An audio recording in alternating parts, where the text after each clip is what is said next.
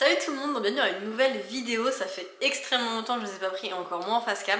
Il y aura du coup la lumière parce qu'en fait j'ai remis la lampe en face de moi, vous savez les...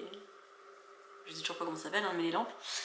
Et le problème c'est que j'ai plus le truc qui va de... En fait normalement vous avez la lampe et en gros vous avez un truc que vous mettez par dessus pour pas avoir directement l'ampoule et en fait j'ai perdu ce truc là.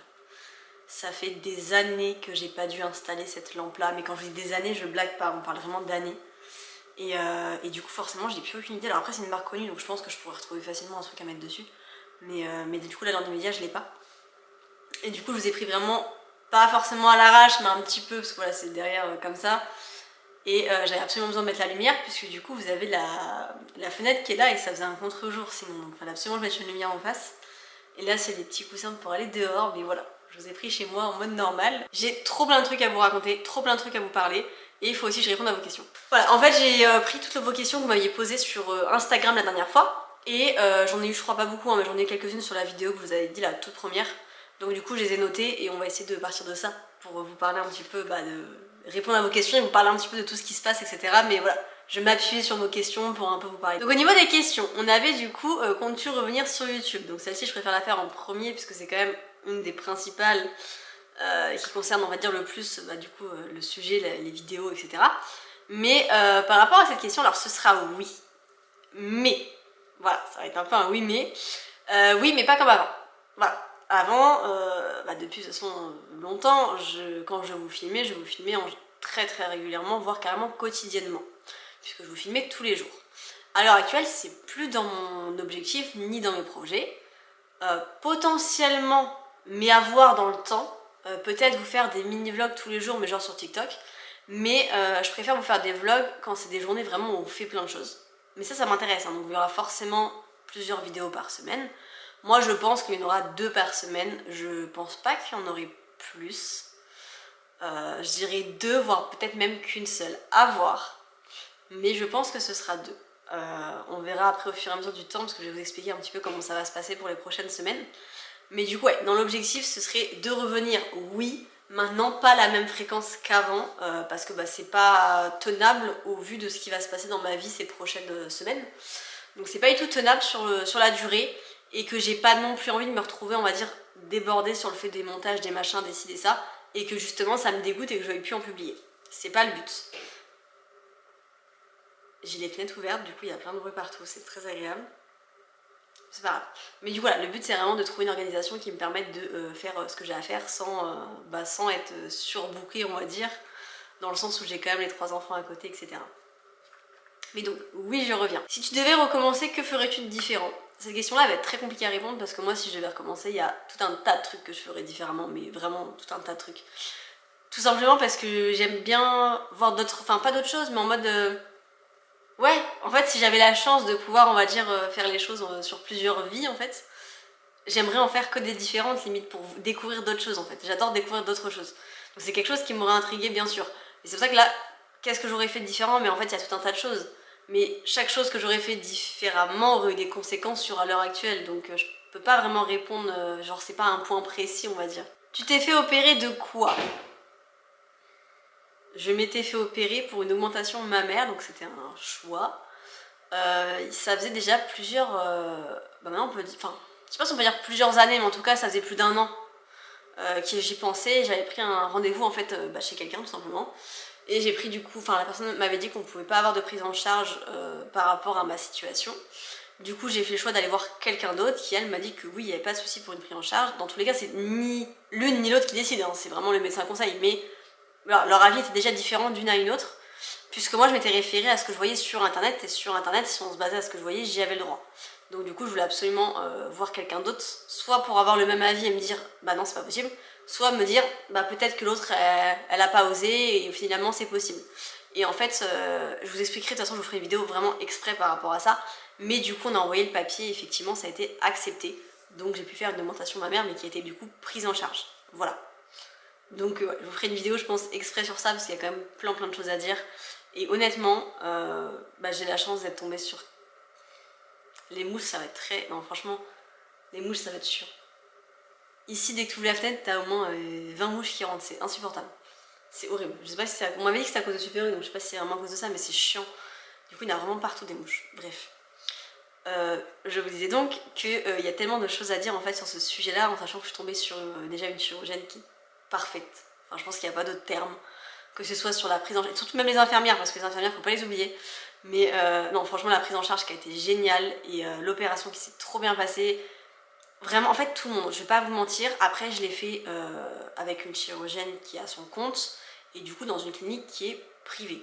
Donc après, est-ce que c'est différent du public? Ça, je pourrais pas vous le dire. Moi, j'ai testé le privé. Mais honnêtement, j'ai aucun regret.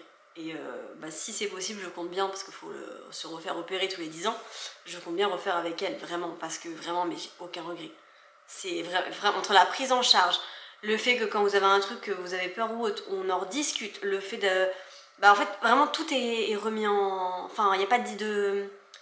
Il n'y a aucun tabou, il n'y a aucun problème en fait, toutes vos inquiétudes sont vues, enfin vraiment tout est vu et j'ai trouvé ça vraiment génialissime. Donc je suis hyper contente et même le résultat où je suis vraiment la plus heureuse, donc non, vraiment trop génial, donc je vous en parlerai dans une vidéo à part mais parfait. Donc là il y a une question, c'était as-tu refait ta vie, et une autre c'était est-ce que t'es en couple. Donc je vais les mettre ensemble parce que de toute façon c'est dans le même délire. Donc actuellement non, je ne suis pas en couple. Est-ce que j'ai refait ma vie? Non, dans le sens où si demain je veux me poser avec quelqu'un, mais quand je vous dis me poser, je parle vraiment de me poser avec quelqu'un, bah ça va pas se passer aussi simplement que ça, puisque j'ai 3 enfants, et puisque clairement, je ressens pas le besoin de vivre avec quelqu'un. Moi je vis très bien toute seule, et j'avoue que je suis hyper bien dans ma vie en fait toute seule, donc j'ai pas le besoin d'être avec quelqu'un. Donc effectivement, l'envie d'avoir on va dire une famille classique m'intéresse bien sûr, mais je ressens pas le besoin pour autant. Enfin, je sais pas comment expliquer en fait. Ça m'intéresse, mais c'est pas indispensable non plus. Donc, effectivement, ce sera pas demain la veille, en sachant que je pense que ce sera jamais public. Pour vous dire, je sais même pas si ça devait arriver, quand est-ce que j'en parlerai à mon entourage. Tellement que ce sera pas. Non, franchement, il faudra du temps. C'est impossible pour moi. C'est vraiment pas dans mon délire pour plein de raisons différentes. La dernière, c'est que j'ai pas fréquenté 40 personnes différentes dans ma vie, vraiment pas, c'est pas mon truc à la base. Et que la dernière personne que j'ai fréquentée, on a réussi à me mentir sur plus de 3 mois. Enfin, ça faisait plusieurs mois, hein, ça faisait plus d'1 an qu'on se parlait. Et pendant 3 mois, on m'a menti de fou, où j'ai su au fait au bout de 3 mois où la personne elle avait une autre relation. Et j'avoue que là, j'ai bugué. Là, j'ai bugué parce que je me dis, en fait, quand on est capable de mentir à un point comme ça, alors je sais que j'en entendais plein des histoires comme ça, on entend partout sur TikTok ou autre, mais pour moi je pars du principe que si t'es capable de mentir comme ça, tu peux faire confiance à personne. Donc en fait, clairement, l'être humain me dégoûte, il n'y a pas d'autre mot, et effectivement, à l'heure actuelle, je ne me vois pas du tout avec quelqu'un, parce qu'en fait, peu importe ce qu'on vous dit, on peut vous mentir. Du coup, voilà. Et après qu'on aille pas me dire, oui, mais c'est les garçons, machin, machin. Alors, je suis d'accord avec vous, le problème, c'est quand même la fille, elle est au courant et qu'elle trouve ça normal. Où là, je me dis, non, désolée, mais le monde est perdu, la terre entière est foutue. Enfin, il n'y a pas de débat en fait. À partir du moment où 2 personnes sont normales sur le fait de jouer sur 2 tableaux, je peux pas. Donc à l'heure actuelle, non, j'avoue que j'ai pas en tête de me mettre avec quelqu'un, c'est pas trop l'objectif. J'ai fréquenté quelqu'un qui a joué 2 tableaux, mais qui n'a eu aucun scrupule à retromper sa meuf, enfin la personne avec qui il était quoi. Je me suis dit que j'avais rien perdu. Pour tout vous dire, ça s'est passé il y a beaucoup de mois maintenant. Et la semaine dernière, on m'a encore suivi en voiture. Je vous l'ai partagé sur Insta. Pour l'instant, on en est à là, donc non, je n'ai pas refait ma vie, et le jour où ça arrivera, je ne sais même pas si vraiment je le dirai. Voilà. Quels sont tes futurs projets? Alors, je vais la répondre après à celle-ci. Il y a marqué est-ce que tu vas mieux, et c'est marqué par rapport à la dépression. Je vous en ai parlé très vaguement sur Instagram, mais du coup pas du tout sur ce réseau-là. Donc, vous le saviez, je pense que je vais un petit peu tout mélanger là sur les dernières questions, puisqu'en fait on a est-ce que tu travailles encore? Est-ce que tu vas mieux du coup par rapport à tes dépressions, et quels sont tes futurs projets? Donc je pense que ces 3 là je vais vous les faire ensemble, ça sera plus cohérent parce que c'est vraiment ce qui s'est passé ces derniers mois, contrairement au reste où ça fait beaucoup plus longtemps. Là c'est vraiment ce qui s'est passé récemment et du coup bah, ça a plus de sens de vous les faire dans l'ordre. Ce qui s'est passé c'est que donc, je travaillais depuis novembre dans une école. Vraiment le travail était très bien, moi le travail me plaisait, les collègues étaient hyper gentils, enfin tout le contexte en fait, il n'y avait pas de problème. J'ai vraiment eu aucun souci dans ce travail-là et je l'ai vraiment apprécié en travail. Là où ça a commencé à poser souci, c'est que je vous avais parlé brièvement, mais pareil, je rentrerai pas dans les détails, mais que Lilou était suivie par une psychologue et que Eleanor aussi. Lilou a fait son suivi psy et ça s'est arrêté. Eleanor a fait son suivi psy et là, c'était compliqué. puisque du coup, qui dit suivi psy dit forcément se rendre compte de certaines choses, c'est le principe. La psychologue est là pour vous aider, elle est là pour, voilà, plein de choses. Mais autant d'Eleanor, de Lou, que de moi finalement, parce que je suis leur mère et du coup forcément je savais que j'allais être confrontée à des trucs que j'avais pas forcément envie. Et là où ça a posé souci, c'est quand vous discutez avec la psychologue un petit peu des difficultés rencontrées avec l'enfant, des problématiques qu'il puisse avoir, et qu'en fait on va vous confirmer des choses que vous n'avez pas envie. Voilà. C'est pas que... Enfin, on va essayer de reformuler correctement. Mais c'est pas que j'ai pas envie. Oui, non, c'est que j'ai pas envie. Enfin, je sais pas comment l'expliquer. En fait, je ne saurais pas vous expliquer sans rentrer dans les détails, et en sachant que j'ai pas forcément envie de rentrer dans les détails. Je vous en avais parlé de toute façon sur Instagram, mais j'ai pas forcément envie d'en parler dans les détails là. Parce que sur Instagram, les stories, ça reste des stories. Là, c'est différent, c'est une vidéo. Mais voilà, en gros, il se passe des choses très graves que les enfants ont vécues, autre de ce que moi j'ai vécu déjà. Donc c'est encore autre chose. Et du coup, le fait que ce soit un peu plus confirmé, ça a été très dur. Et j'ai pas supporté. Mais quand je vous dis que j'ai pas supporté, je pense que j'ai jamais été aussi mal de ma vie.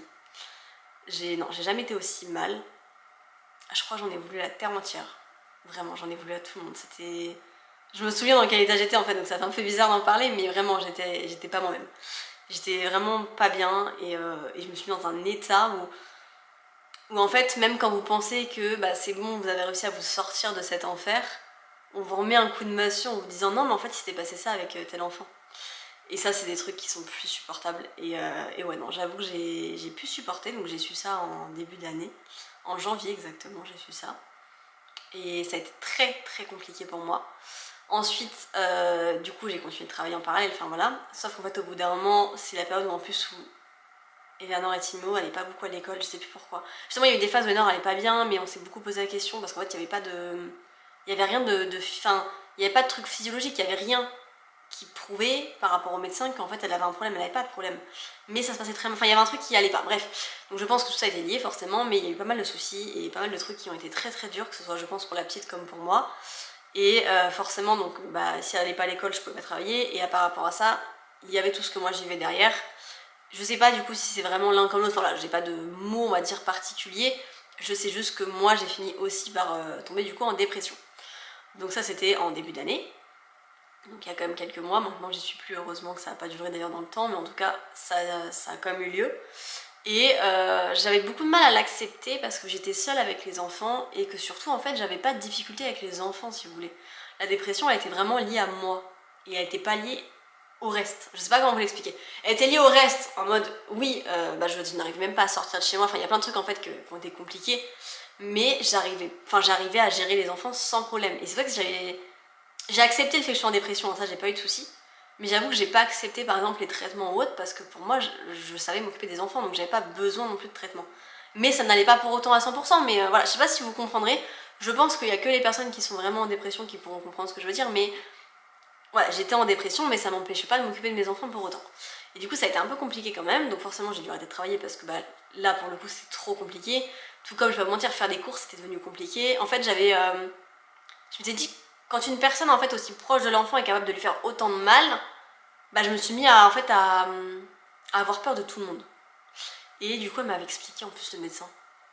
C'était un trouble anxieux généralisé, voilà, elle avait pensé à ça aussi. On n'a pas forcément, je sais même plus si on a fait les tests exactement, je sais plus trop ce qu'on a fait, je vais pas vous mentir, j'avais rendez-vous toutes les semaines avec le médecin donc je sais plus trop ce qu'on avait fait ou pas.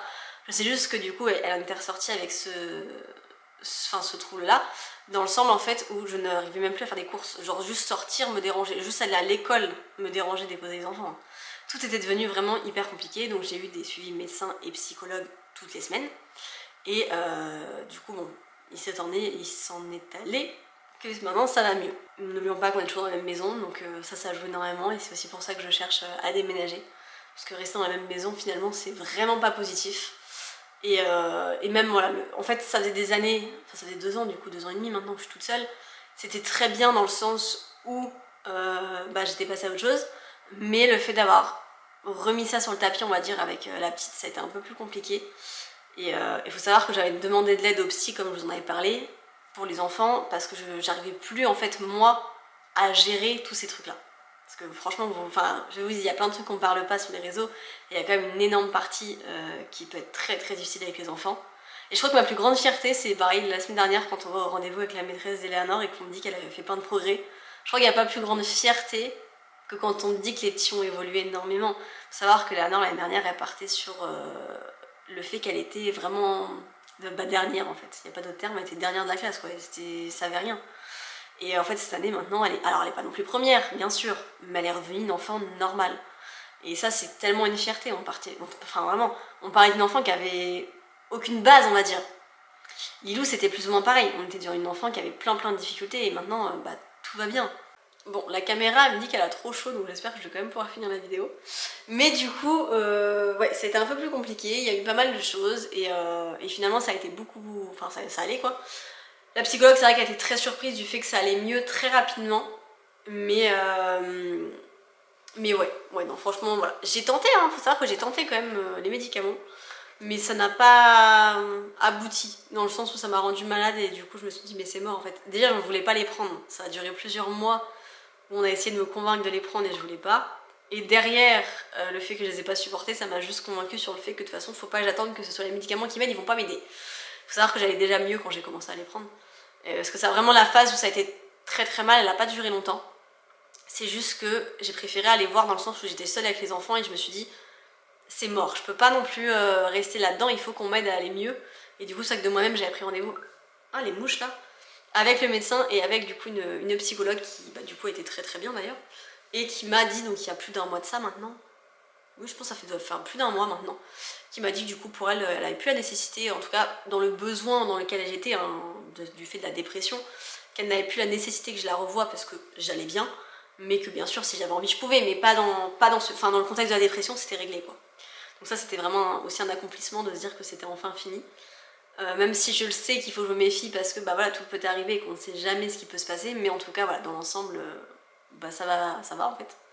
Ce qui fait aussi que ça va beaucoup mieux, c'est que voilà, pour parler du travail, donc je m'étais mis du coup en arrêt et j'ai fini par démissionner du fait que dans tous les cas je savais que je ne pourrais pas reprendre, j'étais à fond à dépression.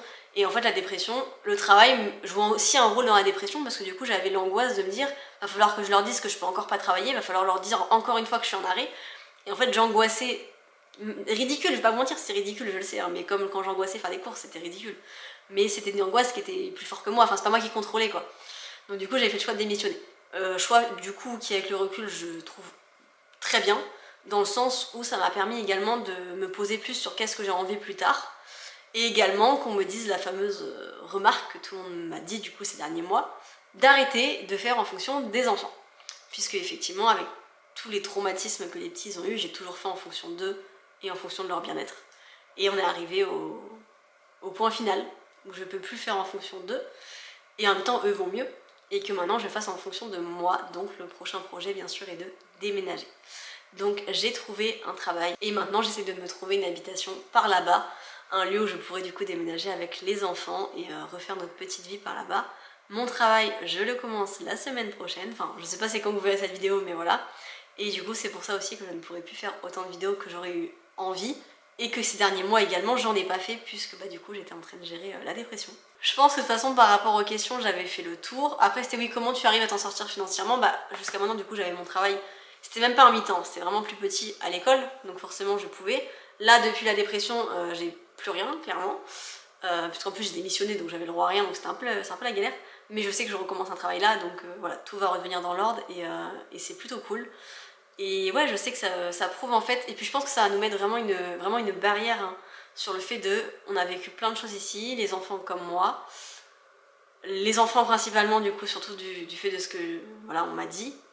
Et du coup, le fait de partir va nous permettre, autant aux enfants qu'à moi, de nous dire bon c'est bon, c'est fini, en fait, on passe à autre chose. Et je pense que c'est vraiment nécessaire, autant pour moi que pour les petits, on est quand même dans la même maison. Ils sont voilà, dans une école, bon, ils ont changé d'école entre temps bien sûr, mais il y a quand même ce côté où ils ont, voilà, c'est compliqué aussi pour eux.